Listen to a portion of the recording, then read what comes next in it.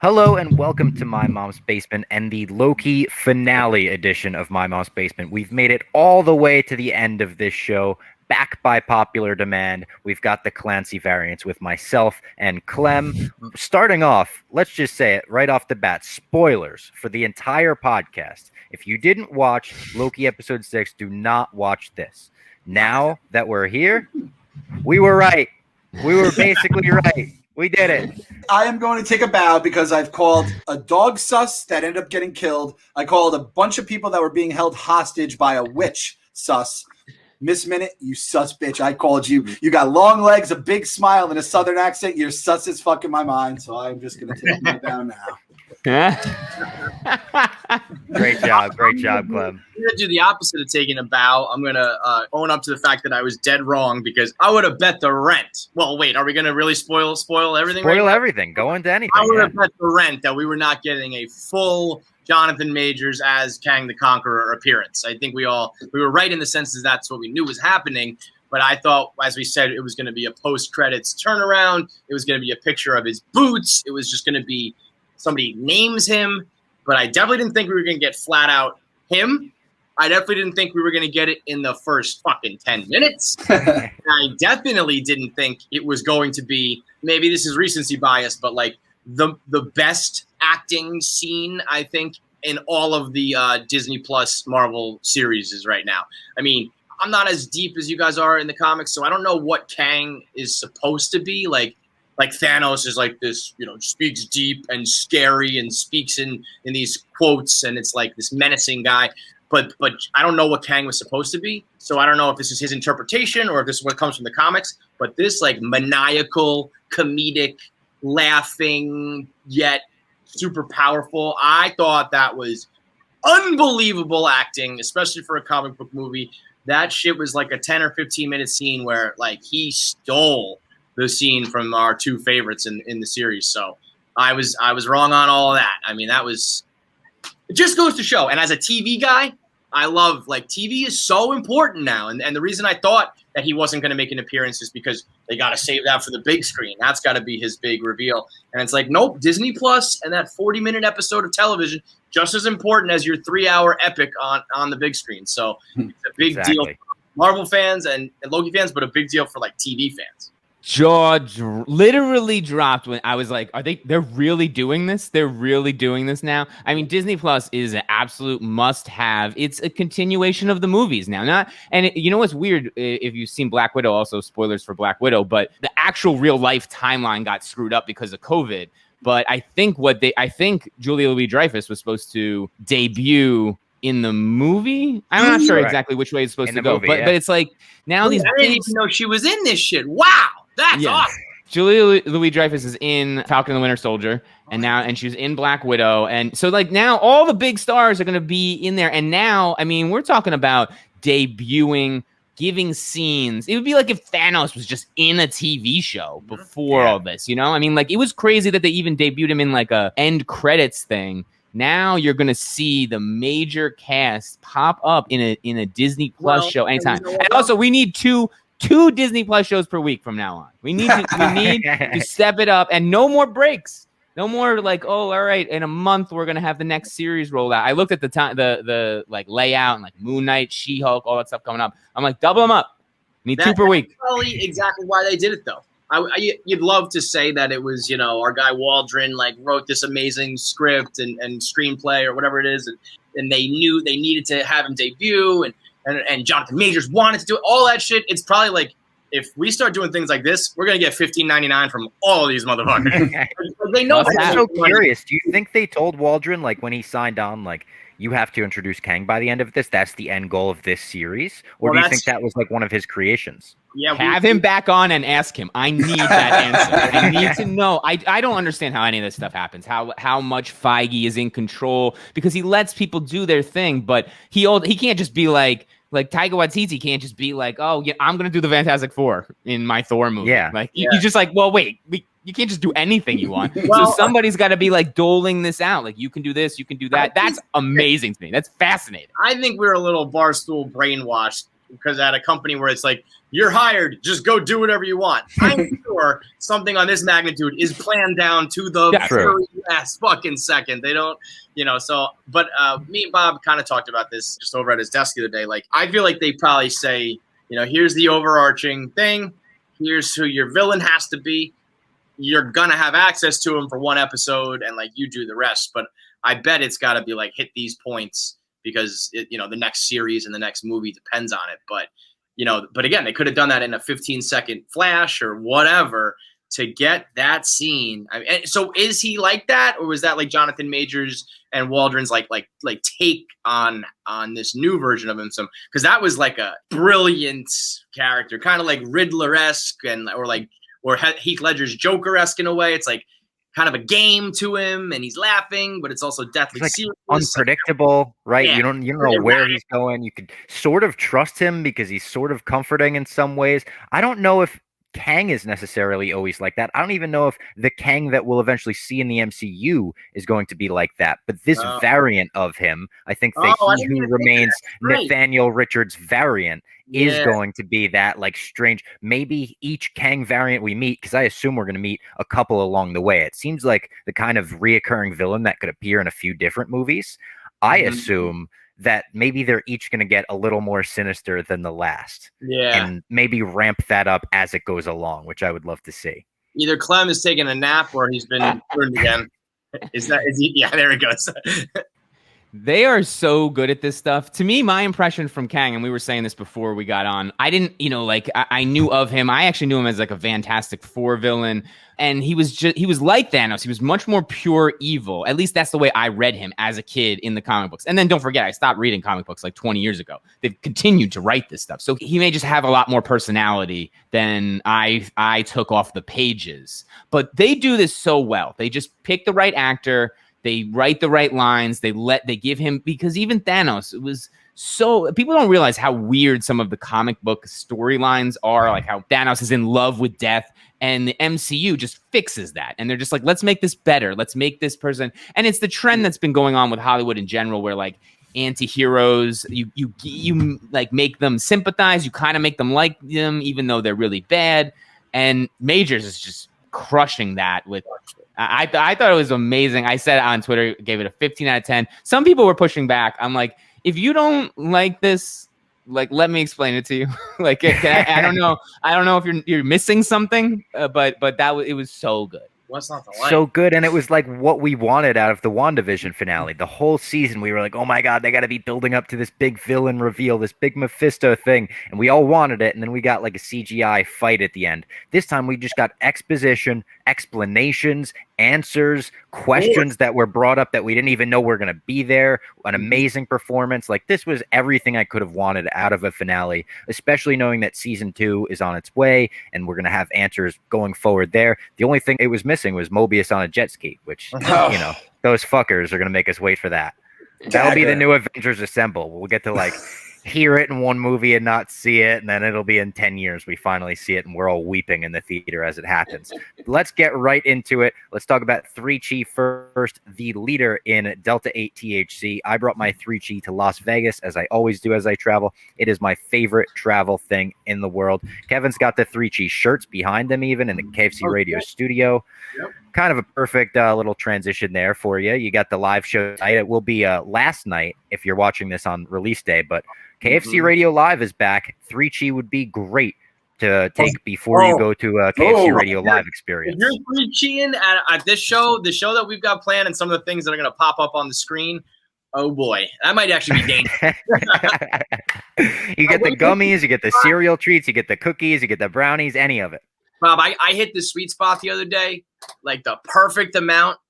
And it honestly might have been the best night of my life. I was just so happy because it's just anytime you're dabbling with these things, like too much, too little, too late, too early, it was perfect. And I loved every second of it. There you go. I can't give a better review than that from KFC right there. If you use the promo code MMB at checkout, you'll receive 5% off your complete order. Like I said, go to their website and you'll see so many products. It's like the Willy Wonka's chocolate factory of Delta 8 THC. So go use promo code MMB. You'll get 5% off. Now let's get right into this episode. You knew it was starting off with a massive, massive tone by the intro. We had that old-timey song from Endgame. We had all the lines from the MCU's history. We even got some fucking Nelson Mandela lines if you had the closed captioning on. That Greta Thunberg girl. I think that's how you say her last name. This is why team closed caption is always a thing. Like, I wouldn't have known. Like, you know, Greta Van Thunberg said, like, you have to stop them or something. I would have no idea. I probably wouldn't have even known Nelson Mandela's voice. I wouldn't have known any of that. For a split second, when it was all of the Marvel voices, I thought I was losing my mind. I was like, have they always done this? I just never noticed. And then when they went into all that, it was very fitting for as they were showing the heroes. Yeah, like it could have been like a new Marvel intro if they did that going forward. It would kind of fit. But they show there's a timeline. It kind of looks like a circular like Bifrost around this Citadel that we saw from the last episode. And the door creepily opens as Loki and Sylvie walk up to it. It's black and it has this gold crackle effect throughout the whole thing. Very dope looking effect. And that sus bitch opens the episode off. Miss Minutes appears like a horror movie, and they have even like almost like the sound effect of when the knife stabs in Psycho, like the really high pitched shrieking. Miss Minutes shows up. She says he who remains is very impressed with them for making it this far, and he wants to propose a deal. He'll allow them both to exist together on the same timeline. Loki can win the Battle of New York. He can kill Thanos. He can get the Infinity Stones. Sylvie has a much lower bar. She's like, I could just give you a couple happy memories. You'll be fucking good with that. And they turn it down. They're like, that's fiction. There's no way that's real. Yeah, for real. Like, give me all the happy memories in the world. You take the embarrassing moments out of my life. That would probably be like, it's almost like an ignorance is bliss thing. And you're just like, oh, I'm the happiest person in the world. But obviously a very horror-esque intro, which I was happy to see, knowing that the Multiverse of Madness is still being teased as MCU's scariest movie. So we're kind of inching towards that realm. I felt bad for Sylvie because she's like, I've been waiting my whole life for this moment, and she doesn't even get to open the door. She's with like a stranger she just met like earlier that week. And then it's just like, she's just like, oh, and then Miss Minute gives her the shittiest fucking, it's like, what's the, Let's Make a Deal? Is that the Wayne Brady show? Yeah. It's like, all right, Loki, you get the, or no, even better, Price is Right showcase. Loki gets like the trip to Hawaii, the brand new car, and the fucking camper. And she just gets like a trip to, you know, New York City the and dining room set, a lawnmower. Yeah, the dining room set. Like that was always bullshit. the worst. I was like, terrible. It's like some of the stuff that they consider a prize. I'm like, what? This is like a burden on me now. It's terrible. How am I getting this dining room set in? Do I got to hire movers? Do you guys hire the movers? What's going on here? Yeah. What am I going to do this Winnebago? I don't know. These things are ridiculous. Mobius would love winning that jet ski. Can I get a poll here? Is mentioning that Miss Minutes is in an episode of Loki a spoiler? I saw that. You really dealt with the spoiler police on that one. It's tough because I understand both sides. Your side, you didn't put out a spoiler. You just said Miss Minutes like made an appearance at the end of time. Like, no duh. That we knew Miss Minutes was going to be in the final Loki episode. But the nerds are on high alert finale day, the day a movie releases, and they're like, if you say anything, their brain jumps to what they think is going to happen, and they're like, that must be a spoiler. Like, I got some people telling me I must have spoiled Black Widow based on me saying that I really liked Yelena and Red Guardian. They were like, that must mean that Natasha's mom dies. You didn't say you liked her. I was like, God. It's like, if you're just going to be, it's not even if you're close. just an idiot, like, you can't just assume something. Yeah, I can't control what you're just gonna pretend is happening. And if those people had assumed now that Miss Minutes, I guess, is the big bad, I guess that's what they jumped to that conclusion. It's like, well, that's wrong. Yeah. So and thus, maybe it's that's not a spoiler. That's an even better thing. It's like a misdirection for you. Right. And then when you watch the episode, you're like, oh my God. Miss Minutes continues being sus in this episode, though. She goes back to Ravona at the TVA. She gives her the fake files, not the files she asked for. And she's like, hey, I didn't want these ones. And she says, he who remains thought they would be more useful. Happy reading. So you got to assume by where she ends up at the end of this episode, that must have been Kang giving some kind of direction to him, some kind of map, some kind of, here's how you get to me, right? Big time. Renslayer's his right-hand girl, so he's going to keep her around, and whatever variant of him, he wants his variant, and like, I can't even like try to figure out timelines and multiverses, but he wants to have Renslayer as his girl whenever this shit hits the fan, which it just did. Now, wait, so this is what I got confused by. Unless it's just Miss Minutes kind of lying or just talking. When she's like, he's very impressed with how far you've come. But technically he like saw that and knew all that was going to happen. No, so it's not like fuck, these two actually like tamed Goliath and got to me when I've been hiding all these years, right? Or is it like he knew? Like, was he actually impressed? And was he actually like, fuck, now I got to come up with an idea here? Or, as he said, I've got all the script. I knew this was happening. It's a good question. I don't know if we know the answer to that. Like, I don't know if we know it from the details of this episode. He certainly could be lying. He could be a little impressed with. He said he just paved the way and they walked down. I don't know. And like, technically, did he ever actually give them free will with the choice between A and B, or?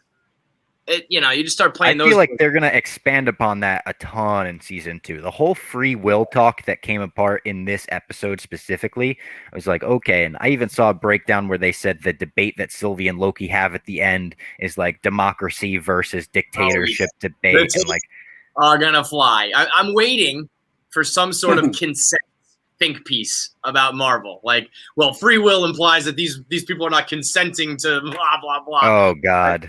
But I know. I feel like all of that had to be like, I'm going to present them with this choice, knowing that they're going to clash, which will lead to Loki getting sent over here and she killed. Or is it like, because even he does say at that one point, I was wrong. Now I don't know where we're going, right? And is that part of it as well? Is it when they came up, when he went through 14 million scenarios and came up with the one in the Avengers, or is this?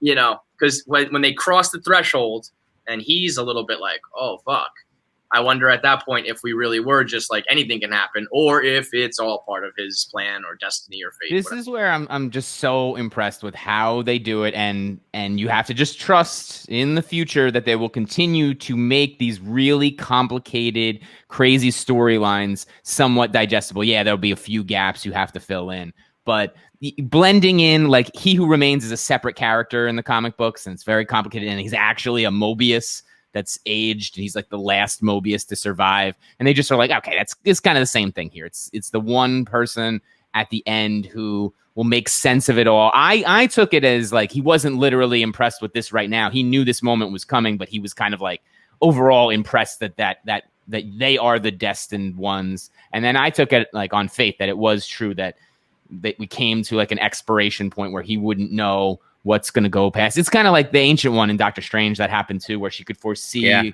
everything because she had the time stone until a certain point, because that's when she dies. But all this stuff is super complicated in the comic books. There's the living tribunal, and there's infinity as like a character. There's eternity as a character, and they just boil all this stuff down. I think they said, didn't they say that? I think the Living Tribunal was supposed to be in Endgame. Like Thanos was supposed to be judged. And they're like, it's too much. Like, we can't do that. So they take all these really complicated, confusing things and boil it. I mean, and nothing more than like a multiversal war. Like, I don't understand how we're going to understand that. But I just continue to, like, I think they'll figure it out. They'll find a way to make it understandable. He's like the smartest guy who can dumb it down. It's like, we're going to make this easy for the dummies. I was wondering how much he makes, because I think he's the most important person in Hollywood. In America.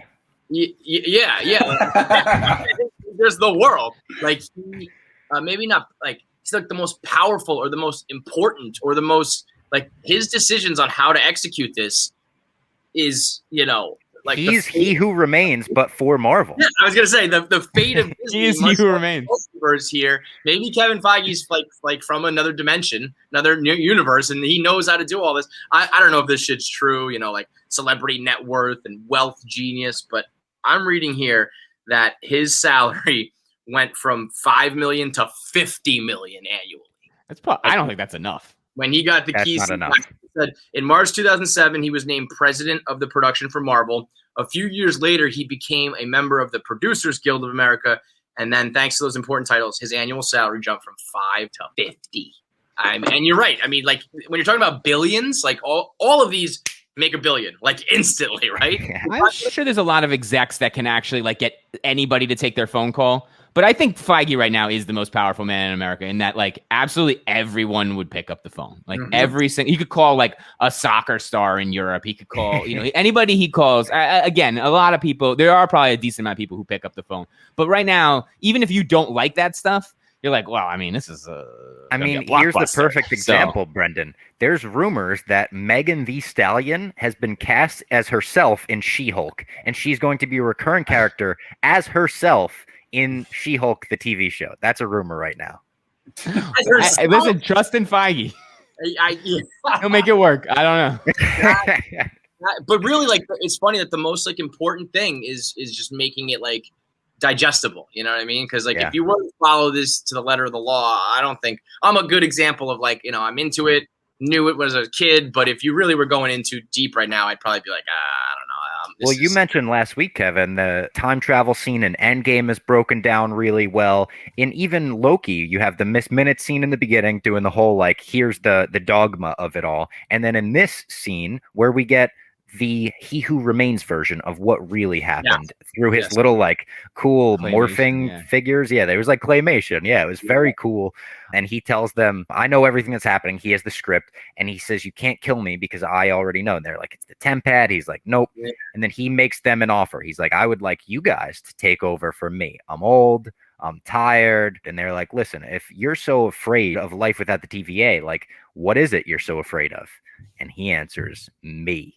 He says, if you think I'm bad, you should meet my variants. A lot of eerie lines, a lot of great score cues behind it where it just seems like fucking scary. You get a chill sent up your spine. And you're like, oh, fuck, someone's coming. And that's like a big line. And they ask, who are you? He shows that there was a variant that lived in the 31st century. I think this was the Nathaniel Richards variant. He discovered multiple universes. And then some versions of himself wanted to rule. They attacked each other. They created a multiversal war, and he harnessed the power of Goliath to swallow all of these universes. Just a badass story condensed into a little thing. Back at the TVA, we also learn that Ravona used to be a school teacher. We learn this through B-15 and Mobius's plan, where they're taking TVA agents to where she taught at a high school or a middle school or something like that in Ohio.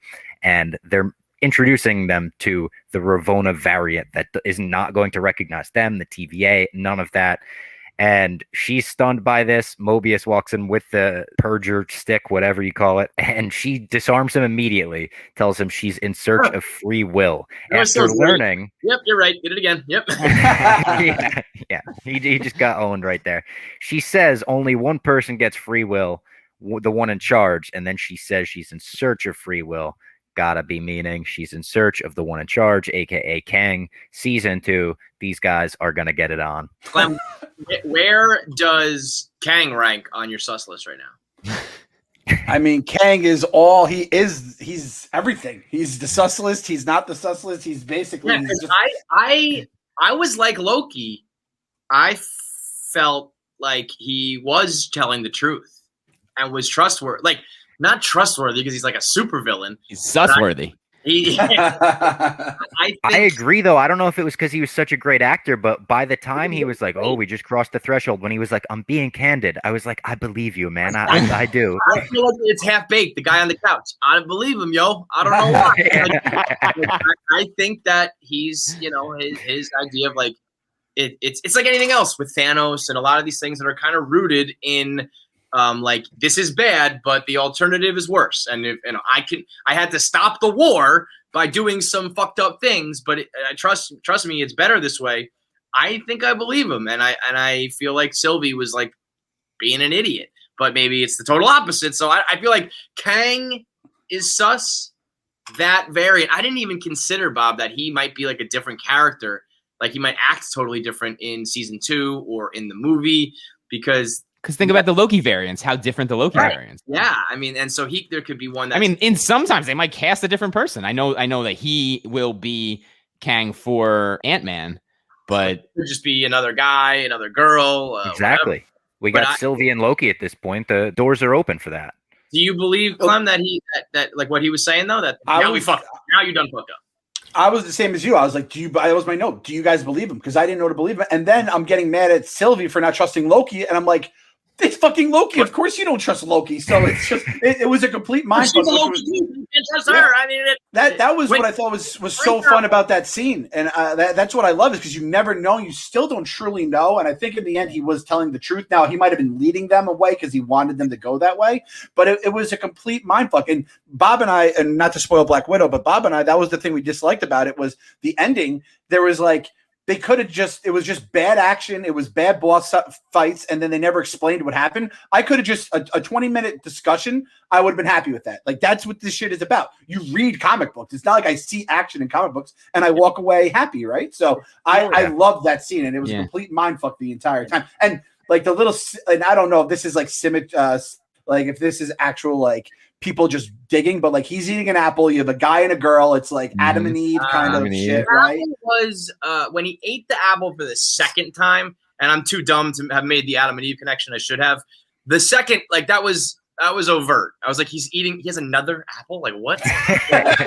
Maybe, to hit you over the head, and I was too dumb to put it together. But that does kind of make some sense. And oh wait, yeah, that makes total sense, right? Because Eve was the one who fucked everything up by eating the apple and by going with the temptation. So she was thinking on like her own selfish actions, whereas Loki and he called himself the devil in this episode. Right. Oh man, I'm disappointed in myself for not getting that like very blatant symbolism. The devil hanging some temptations right in front of their face. He said, "You could take over for me. I'm tired and old." Never expected two of the same person show up, and they set it up perfectly for them for their fight to make sense because you could see why Sylvie would be like, "Oh, Loki wants the fucking throne. He wants to rule all of time again." No doubt. Sylvie says what he did was personal. He's like, listen, it was practical, not personal. She's like, it was personal to me. And this is maybe my favorite He Who Remains line of the episode. He's like, grow up, Sylvie. Grow up. Murderer, you hypocrite. And he just like lays on her in almost a Barstool-esque way. I could imagine that conversation happening on Barstool Radio on Sirius. And I was just like, oh, fuck, he's fucking right. He's like, listen, we're all villains here. We all did horrific stuff. We're doing it for the right reasons now. Like, just grow up. And I did think, like, Sylvie is kind of a fucking hypocrite. She was killing TVA agents at the TVA. These are people that were just variants. If she knew that, I mean, that does kind of make her a hypocrite. Like Sylvie is fighting for like free will, but she's fighting like for herself. This is like a revenge tour. Yeah. This is you took away my the Sylvie revenge tour. Yeah, right. I mean, and then I don't know. Like Loki seems to be thinking about the greater good for the first time, but I also think that maybe he's a little bit whipped almost in the moment. Like he's being clouded a little bit by romance. Like. That might play into it because for the first time he's had some like female affection in his life. So is that clouding him? Like, is he going to get her initial tattooed on his finger or something? I don't know. People are thinking clearly when there's some love involved. Get an S. Yeah, S for Tom Scott and Sylvie. But so it's like you can't trust. Everybody's sus. It's just, the show should just be called Everybody's sus. Yeah. Everybody's sus. At this point, we hear a vibration. We hear something going on outside. He Who Remains is like, all right. He's like, I just fibbed. I knew everything that was going to happen until this point. We just crossed the threshold. Now I don't know what's happening. You could even see outside the window. The timeline did start to branch off at this point a little bit. And he says, you could take over. My work continues.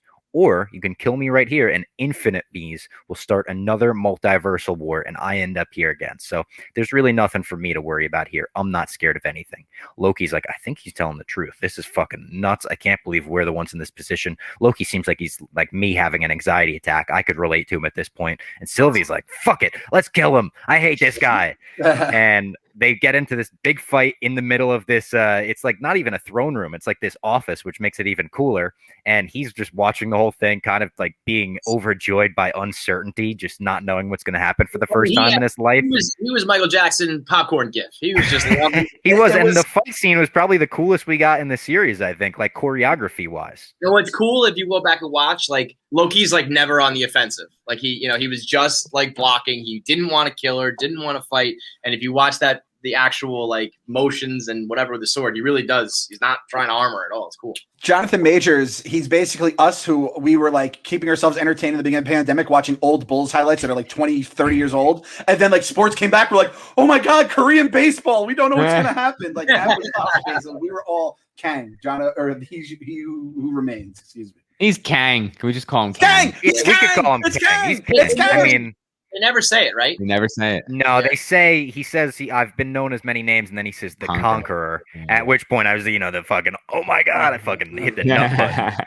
Yep. But eventually she gets free of Loki. She runs up to Kang with the sword, and she goes to stab him. Loki warps in front of it, and he's like, listen, stop it. I don't want the throne. I just want you to be okay. As a romantic, cute line, Loki. Nice. She kisses him. Don't forget, this guy is like 2 "Oh my weeks God." away from trying to blow up all of New York The City. world. Yes. Oh yeah. Like that was not that long ago. Yeah. He's was making literally trying to 9/11 conquer the look- Earth, and now he's got a crush on a girl. Yeah. He was making 9/11 look like a fucking walk in the park. Yeah, but you know what? He's got a crush on himself. You know what? After all that, if he could fall in love with anyone, it's got to be himself. Bro, it's the power of the pussy. You can turn in from like a war god to like, I just want to be happy with you in the park. Tell you what, JJO, that's Loke. what JJO. enchanting really means. He's enchanted. So if Loki just had a moment to just go crank one out, the whole fucking Get back to conquering the planet, or the whole universe, or the whole timeline. She And what was- kisses him. She says, "I'm not you," and she throws him into a portal behind him. Yes. Kind of a fucking move that we predicted. We said, do you think that she's going to stab him in the back at the end of this? Loki's can't trust Loki's. Love is a dagger. Kind of a Solo-esque thing, right? And she did it. She then stabs Kang. She says, she goes, "Are you going to beg for your life?" And he's like, I could. I thought it was so cool. It was like if somehow there was ever real life happening, like you would just, there wouldn't be Yeah, it was quick. Yeah, there just- wasn't a monologue. Yeah, it was boom. And as he's dying, he just looks at her with a smile and he says, "I'll see you soon." Mhm. Woo! That was So creepy. Anybody who didn't like this finale, I don't think I've seen anybody say that yet, but if you didn't, then like this isn't for you. You know what I mean? It was a little bit of a cheat code because doing that big reveal, it was going to be a home run no matter what. But the acting and the storyline and the ending, They had a conversation, just a 20-minute conversation that kept everyone on the edge of our seats the entire episode. yes, Pretty impressive. That Very acting, impressive. I'm all about Jonathan Majors, man. I watched him a little bit in Lovecraft, what's it called, Lovecraft Country. Lovecraft Country, yeah. That's the only thing I really have seen him from. But man, I'm hoping you fucking blew my mind. Clearly, I keep referencing it. If that's not who he is, like for the rest of his time with Marvel, I'm gonna be. I'd be surprised just from a storytelling standpoint if they did that. They certainly can do that. That makes sense if he's just like a vicious marauder. But he showed it with the acting chops that he can pull that off. And that's just I think that's like a better character. The same way they like humanized Thanos, for them to give him this like more cerebral kind of thing. That's definitely what I thought of him as the comic books, like a ruthless conqueror. And I'm sure there will be like one variant like that. And maybe he'll play that. The Loki but role at the end where he's got the statue of him. Yeah. I'm anticipating that being like a dictator. Yeah, and maybe he'll just, play I that think role that's too. Kang. The outfit he's wearing under the face, he's not wearing the helmet, obviously, but the outfit he's wearing is like Kang the Conqueror robes. Yeah, Right. that's that shit, right? So that is where Loki got sent to. He wakes up in the TVA and he runs to Mobius to tell him what happened. Mobius doesn't even recognize him. He's like, "You work in accounting, right? Like, what's your name? Who are you?" And if you watch it back, I have laughed. I've watched the episode 3 times. I've laughed every single time now at when he first shouts out to like, "We can't do it. It's all messed up." Owen Wilson's delivery of "what?" is so funny. Just like, why the fuck is this coworker shouting at me right now? Oh my God, it makes me laugh. If you were to think about, I got to go back and rewatch it too because he's so out of control. And like, imagine if that happened. Imagine if somebody ran in your building at work and was screaming like He's that. looking at him like a crazy guy. He's like, "What? Are you kidding?" What's your name, dude? And Loki looks up. He sees what we think is the statue of Kang the Conqueror in place of where the Timekeeper statues were all season. And in the post-credit scene, we just get a stamp that says Loki will return in season 2. They just gave us a little crumb in the post-credit scene. They didn't give us a lot because they blew their load all over our face, neck, and chest in the whole episode. Jeez, Bob. Jesus Christ, this is KFC Radio. Yep, it's a KFC Radio episode. Man, shit. Bob got the job from coming though, so or not coming. I guess. That's how I got this job. You know what? There's some fucking variant where Bob Fox walked in and was like, "Here's my resume, and I made these T-shirts." And Dave gave him, the full-time job. But in this version, he had to hold his coming for 19 days. That was my Nexus event. Yeah. I meant this one for you. I know that WandaVision and was a one-off, but like I didn't even consider that there wasn't going to be a season 2. I don't know. Maybe I was just like too excited and loved it so much, but that I guess was a big deal for most people in the post credits. But I was kind of like, oh, I thought that was going to happen anyway. I thought it was confirmed. It was announced. It was very, very heavily rumored. Right. Yeah. Okay. Yeah, so then, I thought I was hoping for maybe a little bit more. I wanted a Kang post credits. I wanted to see some more of that. But, or like Ravona, going through a portal and like seeing she's somewhere else. Even that would have been sort of cool. Yeah, but I mean, we got so much in the episode that I can't complain. Yeah, I'm totally nitpicking. I'm gonna complain. I am Pavlov's dog. I was expecting a goddamn post-credit scene, and I've done it. They give it to him every time, and this was such a big moment. And granted, they didn't do it at the end of Endgame, but that was the end of like the phase. I went there and I'm like, what the fuck? And I also missed the season 2 reveal because I was fast forwarding, waiting for like a scene, and I missed that was kind of in the credits. So. It looked like the credits. Yeah, it was just like the paper. Yeah, I see what you mean. Even if they just threw some in, like it's like a Hawkeye thing. You're like, I need my post-credit things. Yeah. I need it. I don't care what it's really even about. I just need something. But even you know what? I like, didn't realize. Post-credit. Here's 5 minutes of what if. Right. Yeah, I'd be in for that. Well, and I'm in for every single what if recap you want to do. What if? Come on, do what if? Hell yeah! What if comics were my favorite. That's just like what we do, right? You're like, when you're a little kid, you're having like a sleepover and you're in bunk beds and you're like, well, what if Wolverine fought Captain America? That's just like what I love those. That's like before Barstool Sports. That's like Treehouse comics. Like, what do you talk about in the Treehouse? Yes. Kevin, I'll go one further. I was thinking we should do a what if Barstool version. Like, what if Neil stays at Chicago? What if Barstool LA survives? What if Big Cat starts as a different city or something? Like, there's all these different stupid ass shit we could talk about. Barstool, what lawsuit goes through because the guy doesn't fuck up filing and we actually get sued for $100 million. I mean, that is great. We should do that. We should do every week. We'll do a recap, but we'll also do a real life what if. I love those, man. That would be, hey, if you can animate what ifs for us, we want to write a different what if scenario every week of that show, and we'll put out a little minute long what if at the end of every episode. By the way, just quick departure from Marvel. What if James Gandolfini was in The Office? Oh, all time. I know. That was crazy. And I think it was a smart move by HBO because it was, it did kind of keep him as that guy. Like, it was kind of worth it. Although, was HBO just going to do that forever if he didn't die?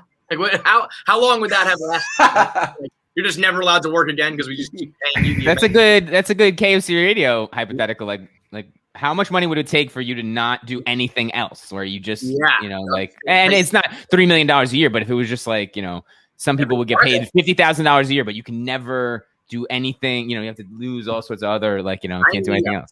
Sign me up. But as far as Loki, man, I can't think of a single criticism. Like, it was my favorite Marvel show. Out of the 3, honestly, by far, it was my favorite Marvel show.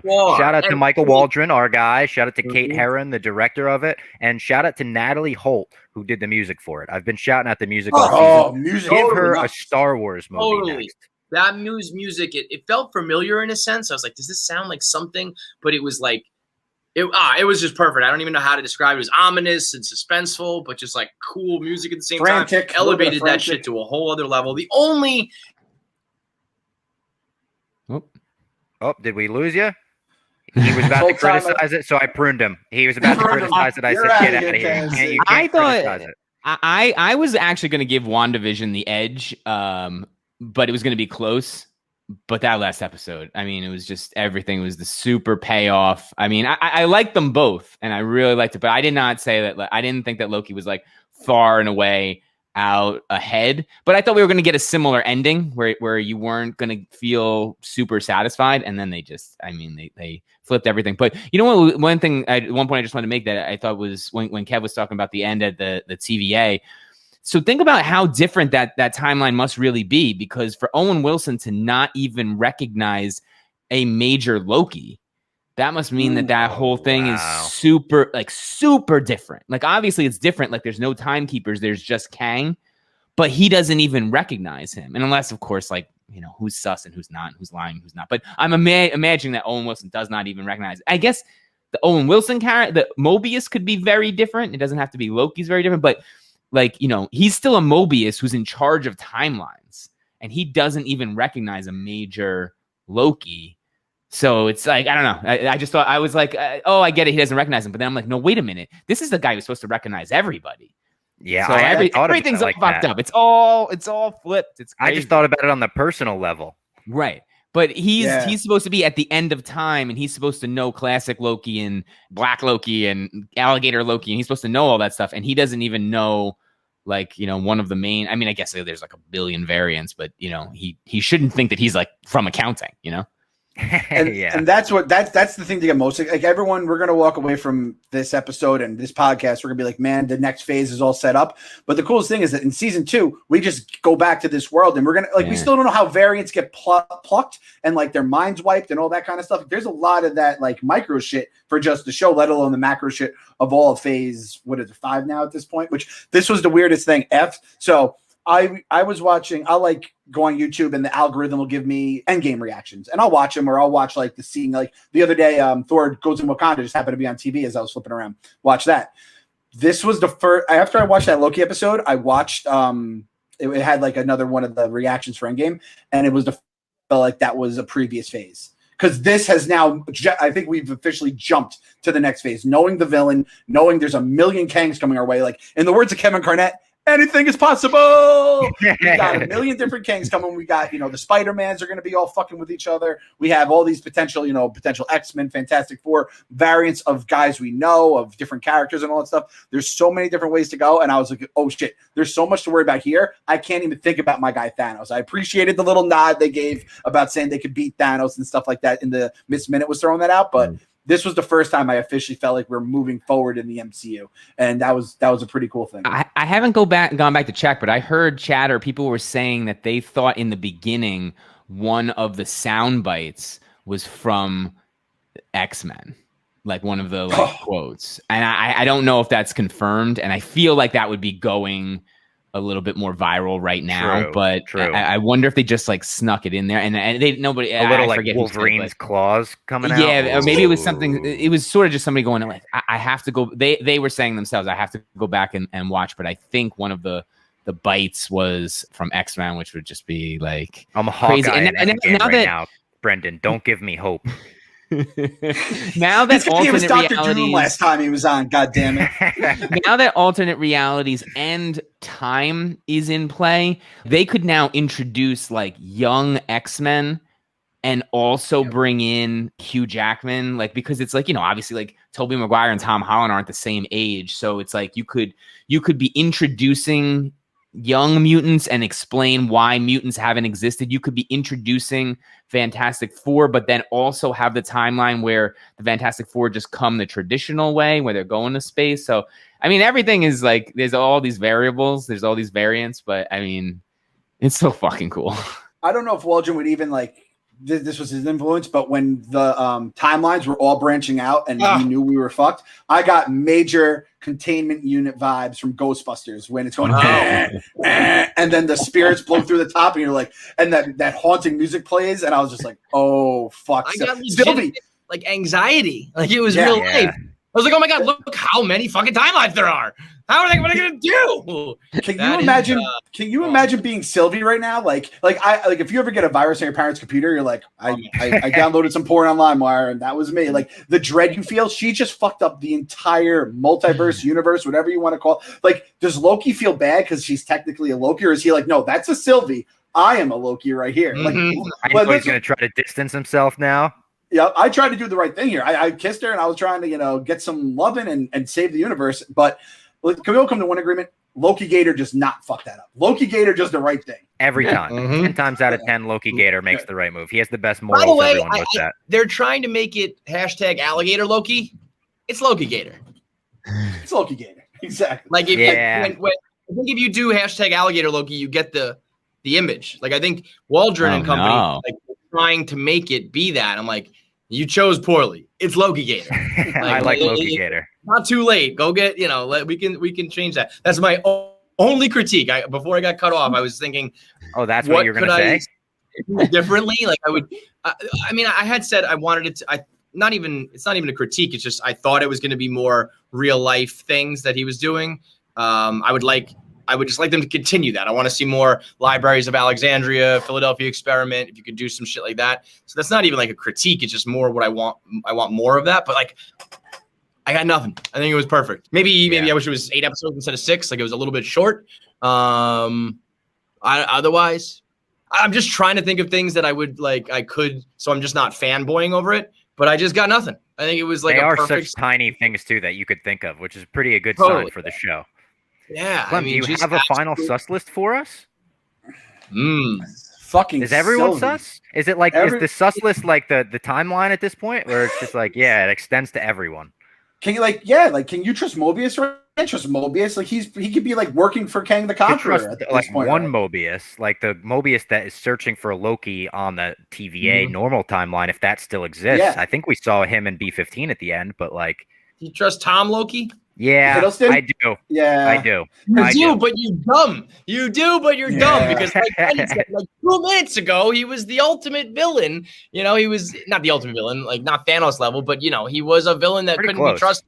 And we got played in a matter of 6 episodes. In a matter of about 6 hours. You can't trust him in that. Like he could side with like maybe the bad, like the Conqueror Kang variant. But I think it's sort of like one of those things where it's like when there's a greater evil, this is like, a traditional Marvel storyline where like the good guys and the bad guys have to team up because there's like a bigger bad guy. Because he is like, I want to like rule over the world. I don't want all the time to be fucked up. Like that's a big problem. The fact that he gave up the chance to blow up Thanos, right? Like he could have been that dude. That's kind of what Kang was offering him, right? To give that up is He like just wants Sylvie to be okay. That's all what he wants. a pussy. Oh, come on. That was nice. The fact that he did go at Thanos in Endgame, that does show that he had made the transformation and he watched like a highlight reel of his life, which I think but that's not obviously this guy. But that's exactly. This is and the guy from New York. Guy. you want to talk about pre-crime? This guy's been wearing a tie this entire fucking week. Like that is some shit, man. Like you can like transform into anything. It looks like good, sweats though. in a hoodie. Like throw on the fucking the Moon Man shit right there. Like When he strip gave bar or himself something that, like that. You know what he dagger should be hole wearing? Caught in his He armpits. should- I'm like, that's what he manifested. Like what? He should manifest himself some Cuts clothing. Cuts clothing is the only shirt worth wearing. That's why I was wearing it at the UFC press conference where I asked Conor McGregor a question. I would ask, "Hey, Conor McGregor, did you let your kids stay up to watch Loki?" He would say, "Nope, no Loki for the kiddos." I was wearing my Cuts anyway. I got all the tweets about it. Oh, where'd you get that shirt? That green shirt? Oh, were you wearing green for Conor? I was, and I got it from Cuts Clothing. If you go to cutsclothing.com right now /basement, you will get 15% off the only shirt worth wearing. cutsclothing.com /basement. Hey, for the record, Bob, I just wanted to say this last episode. I'm going to say it again. You threw a fucking alley-oop to Conor, and he just didn't fucking dunk it. I He didn't know. lay it up. He just fucking boned it. Like you should. Like I'm like, oh, here we go, baby. And maybe he didn't realize it was you because maybe he's just thinking it's just a random question. But if I was like, oh, that's my boy, he's asking me a question. Like I get to be real Conor, drive up the fucking pay-per-view buys by saying something crazy about my kids seeing violence. And anyone who fucking was like pissed at that, I'm like, that was a good fucking question. That could have been a good moment. And Conor.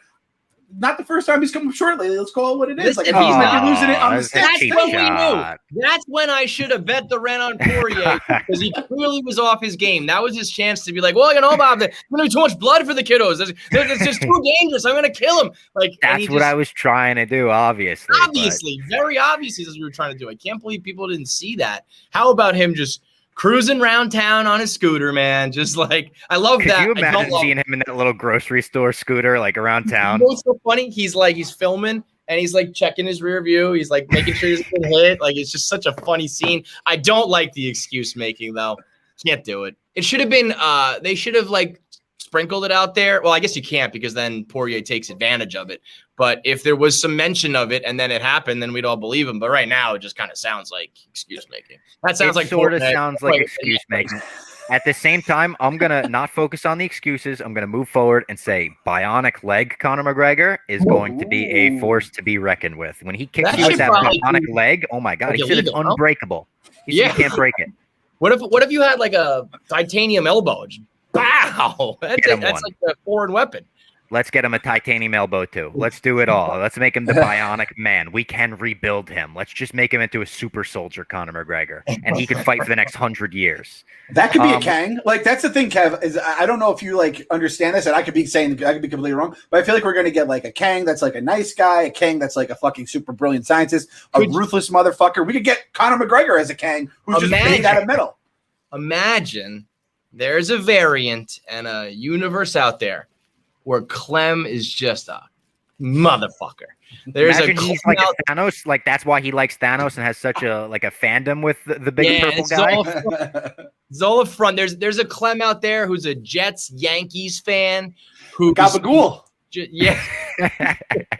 27 rings. I still say 27 rings unironically. Chain and the fucking it's just yeah. I mean, they did such a good job with all the different types of each of these characters and it just goes to show how if you can write well, you can change things like so quick, you know, like if you just know the right words in a dialogue. You guys ever see Promising Young Woman? Oh yeah. So like the way that they just made Bo Burnham look like a cool, nice guy because they just knew how to script it. And that just shows like if you're a guy and you know the right words to say to girls, they're going to love you. And they know how to make this guy look like a douchebag, even though it was McLovin. And they know how this guy had to make him look cool. And it's just the power of dialogue and like the way you set these things up. You can turn Loki into a guy that you trust. I mean, we're all fools for trusting Loki, but in a matter of 5-6 episodes, they can do that. So just ultra shout out, biggest shout out possible to Waldron and company.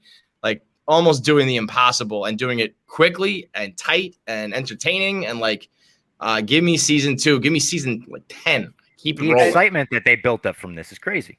That also is the first one. I really think if you just played that, you know, like a 4-hour movie, I think it would just like flow. You know, it really was just one giant movie chopped up into the exact perfect spots. But just bravo, Waldron, unbelievable. A sick fucking part of me kind of wants like the series finale where Loki actually just fucking betrays everyone and takes the throne. Like I kind of like that. I kind of want to just like a tiger doesn't change his stripes kind of a thing, right? Ultimately, you got to end with Loki being Loki somehow, some way, right? You can't just be like the nicest guy in the MCU all of a sudden, can you? I think that's kind of how it goes in one of the comics that they're like really heavily influenced by. I'm pretty sure that Loki eventually becomes King Loki and is like, fuck you guys. You wanted me to be the bad guy. I am the bad guy. Like, because society breaks him. Throwing the toothpick at him. The toothpick, yeah. We have to say it too, because we said it basically every episode of WandaVision. Tom Hiddleston fucking murdered it. And Majors obviously stole the show this episode, but even this episode, like I wrote down my notes, like Hiddleston, man, he had some fucking like, he was like just sobbing and he's fucking aggressive and he's trying to figure out what the fuck's going on. He murdered it. The whole series. No surprise that I like the villain guy. But I think the fact that right now, if you had to power rank like MCU characters, I think I would put Loki far ahead of Thor. And to me, like that's crazy. That's like putting Robin ahead of Batman in a way. But Thor is good for what he's good for. But there hasn't been a time where I've really been like blown away by Hemsworth's performance and it's not necessarily even about the actors. I just feel like the Loki material, now that he has this series around him, and maybe they could make one with Thor and that could be equally as good and he shoots back to the top. But right now, like if you had to tell me in an ATI question, you can only get from here on out, you could only get Thor franchise books and movies and series or Loki. I'm not even considering taking Thor. Wow.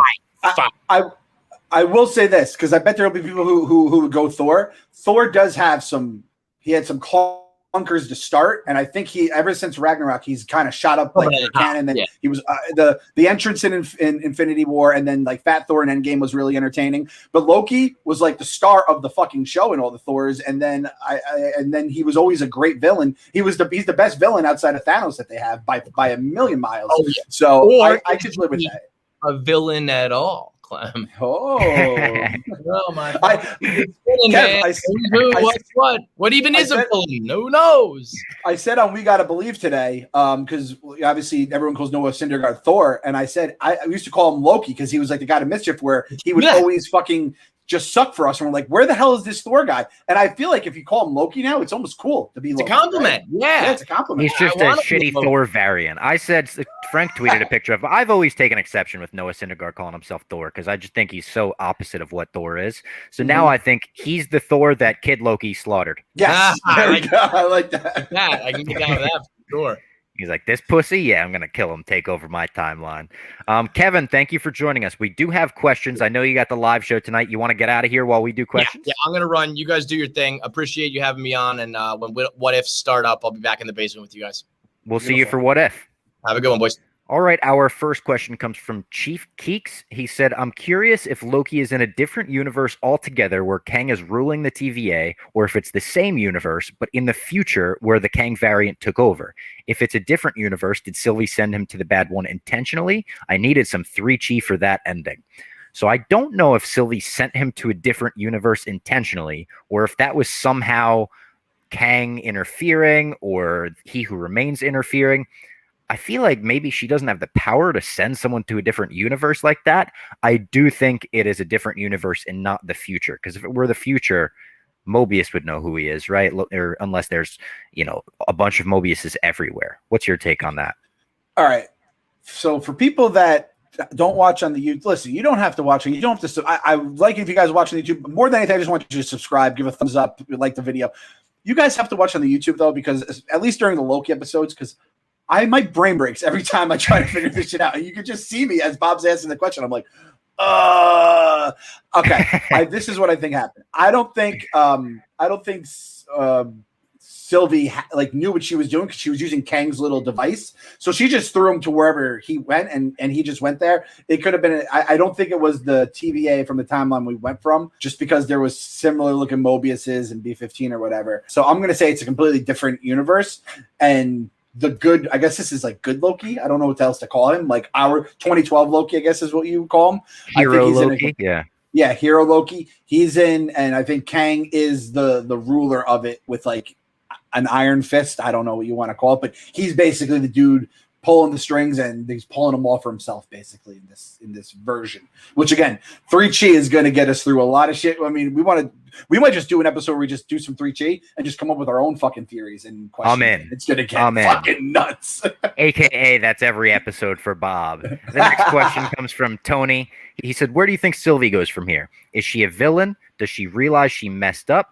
Does she appear in movies? Maybe just season 2? I think she will appear in movies in the future. I think giving her the spark of lighting off the multiverse makes her such a big character that, yeah, she could definitely appear in movies going forward. I could see her in Secret Wars. I could see her in different shows. I could see her in season 2. Is she a villain from here? No. I say she realizes she messed up pretty quickly, and she goes back to find Loki. Yeah, it's kind of like that. I fucked up. I completely ruined the universe. All I could do, the only thing that I basically became the Tony Stark. Why would you do that from Infinity War? I'm like, why would you do that? Why would you do that? And she has to feel like that too. She's like, why did I do that? And has such like a dark, evil hatred of the TVA because they basically ruined her life, and she didn't get the little highlight reel that good Loki got to kind of show her being redeemed and stuff like that. But I definitely don't think we saw the light. I thought she was great too. So did I. I hope we see her back, and I think she'll be kind of what she was before the last episode. I think she'll be like, the chaotic good and neutral evil and all that kind of. She's like a neutral evil, or I don't know which one is her, but it's somewhere in the middle of the chart. I don't think she's going to be like straight Loki or straight murderous. However, let's not forget, like you said, Bob, hypocrite murderer. She burned fucking TVA agents alive. Like that was some gnarly shit she was doing to people. Yeah. In Oshkosh of all places, those people don't deserve that.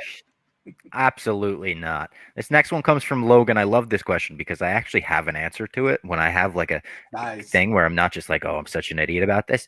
He says, at the end of the show, where exactly are we on the main Avengers timeline with what happens to Loki in the movies? If he doesn't return to that timeline at some point, does the moment with him on the ship and Thanos never happen? So, yes, basically, in that changed 2012 timeline, he'll never run into Thanos as long as he never returns to the Battle of New York in that moment. That's why the TVA was after him in the first place. He's created a new branched reality.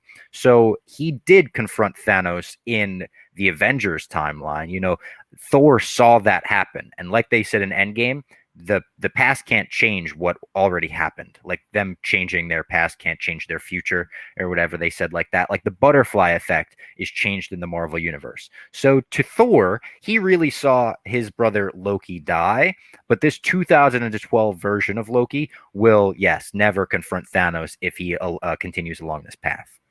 And I hope we get to see a glimpse of what happens in that 2012 timeline, because I want to see just Loki disappearing, what ends up coming. And I mean, I guess we'll could see what Kang, comes out of it, but I want to see Endgame, Infinity War, all that kind of stuff, because everything, happens in a certain way. So Bob, thanks for getting that one, because I don't think I would have answered nearly as gracefully as you would. I thought about it for like you have to like think about it for 5 minutes. It's like how Kang said he like untangled the multiverse and made it into one. You almost have to like untangle your brain to like think of the answer for any multiverse questions. It's the 3 gallon, 5 gallon, 4 gallon Die Hard with the Vengeance, which I mean, the fact that comes up on this episode after Kevin leaves is just that he's going to be so sad when I tell him.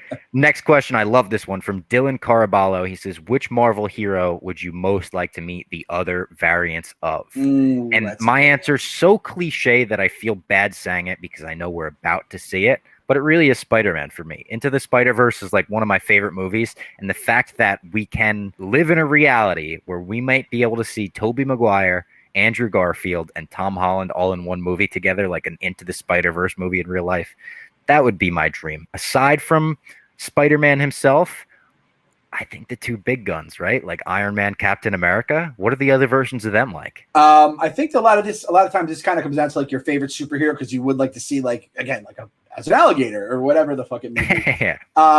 And this in turn goes to my guy. I'd like to just see like different Wolverines and what comes out of Wolverine. A Hulk would be interesting. The different versions of the Hulk would be cool. That's a fun question. And like even like I always, this is why What If is going to be so fucking awesome, right? Because like we saw in the trailer where T'Challa is Star-Lord. It's like, what? You know? So if I'd the love to see like, went and got him. Yeah, I'd love to see like Magneto as the hero and Professor X as the villain, like stuff like that. So I mean, I guess the answer is all X-Men. What else is fucking new with me? I want to see my X-Men. And the final question from Bud Thundergun. He says, how's Clem feel about He Who Remains being here for 20 minutes and already looking more terrifying than Grimace? I just had to throw that shot in there. All right. It's real funny. Everyone forgets how half the entire universe got snapped away and everything that it caused. He Who Remains got like 20 minutes of time. They're still talking. His name still rings out in the streets, Grimace. All right. So let's take it easier. But I did see someone say, like, Clem, you're already falling in love with the villain. It's like, I think everyone's falling in love with Kang right now. I think even Bob Fox, the newest villain lover over here, like, that guy, like, you get good actors, it's going to be hard not to love these guys, right? And I know, and if you set them up the way you did here, where it's like, are we going to see Kang and Ant-Man, maybe a different variant version of them will show up in, like, Doctor Strange, or maybe a different one shows up in a post-credit scene in Spider-Man. Will one show up in the Eternals? He said he fought this, like, he's a multiversal war. How long did that last? Did the Eternals fight Kang? Is Thanos going to be in the Eternals? He could be. That's rumored, right? I think Thanos' brother is in the Eternals, maybe, or something like that. There's so much.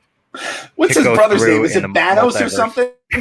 No, I think his brother's like a human too. I'm pretty sure he like has a human form. He's like a bastard child in some way. I don't know. It's a great time to be a nerd, though. A truly great time in life to be a nerd. I had one question that I had seen a bunch of people ask. I don't know if anyone asked it in the replies, but when Wanda hears her kids, do you think that is when the multiverse opens and it's, Ooh, maybe. Right? Because, and again, I don't know if we're going to get these answers in Doctor Strange. I don't know if we'll ever get these answers. I don't know if that Sylvie moment actually did open the floodgates and if we're going to see it in Spider-Man. It does feel like that moment was supposed to be a big one, and that's why we got introduced to Kang. Yeah. Felt like that opened the multiverse to me. Yeah. So I'm interested to see how that's all going to, because, I mean, I'm fucking variants of, well, no, Wanda can't be a variant, right? Because she's a Nexus being. So it's one person across things, which now a lot of WandaVision makes a little more sense now, right? So it's like we're tying this whole phase together slowly but surely, and we got a big old puzzle piece for it. And did you see this thing? The season 2 might have already been filmed. Like, people are like taking every little quote because they're like, he said he was recording. Tom Hiddleston said he was recording on his birthday, so it was either he was doing Doctor Strange or he already had filmed Loki because it was after Loki had wrapped. So people are already coming up. Like I was saying, maybe the reason we didn't get a post-credit scene is because we're getting a secret episode next week. So everyone, 3 a.m. See you guys on fucking Disney Plus, right?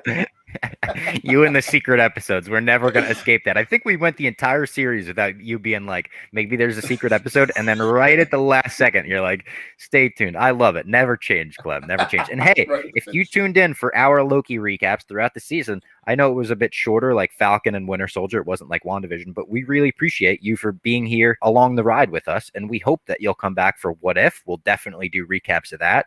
And Shang-Chi's coming out. Eternals is coming out. In the winter, we've got Book of Boba Fett. We've got The Mandalorian in the spring, which is rumored. I don't know if that's been filmed yet or not. There's also rumors that they might have filmed The Mandalorian season 3 side by side along Book of Boba Fett. But if you're new to the podcast, make sure you subscribe. Make sure you like the video, whether you're new or not to the podcast. We would really appreciate that. Help us out, get on the algorithm.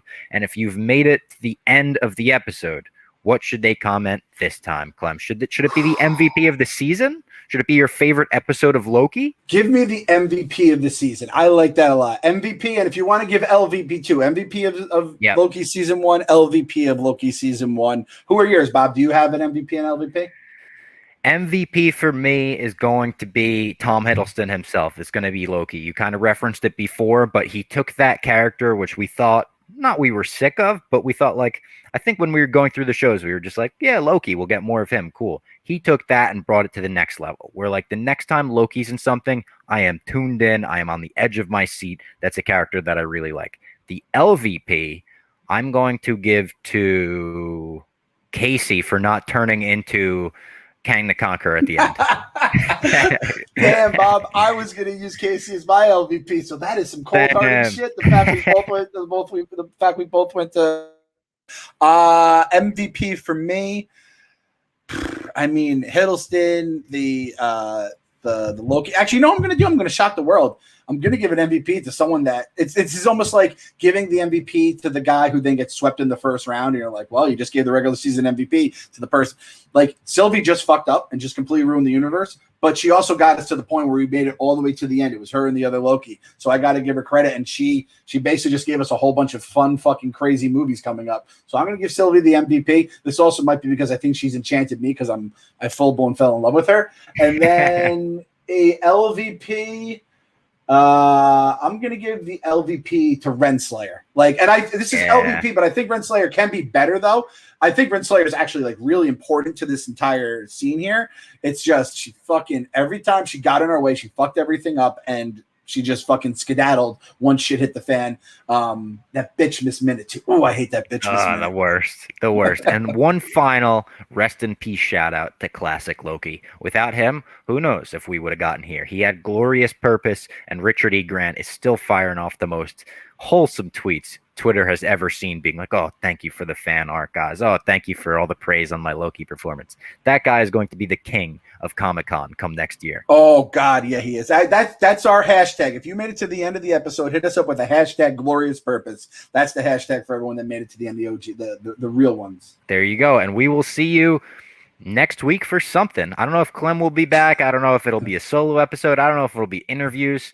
It's like Loki. We don't know what's happening next. Tune in. Tune in.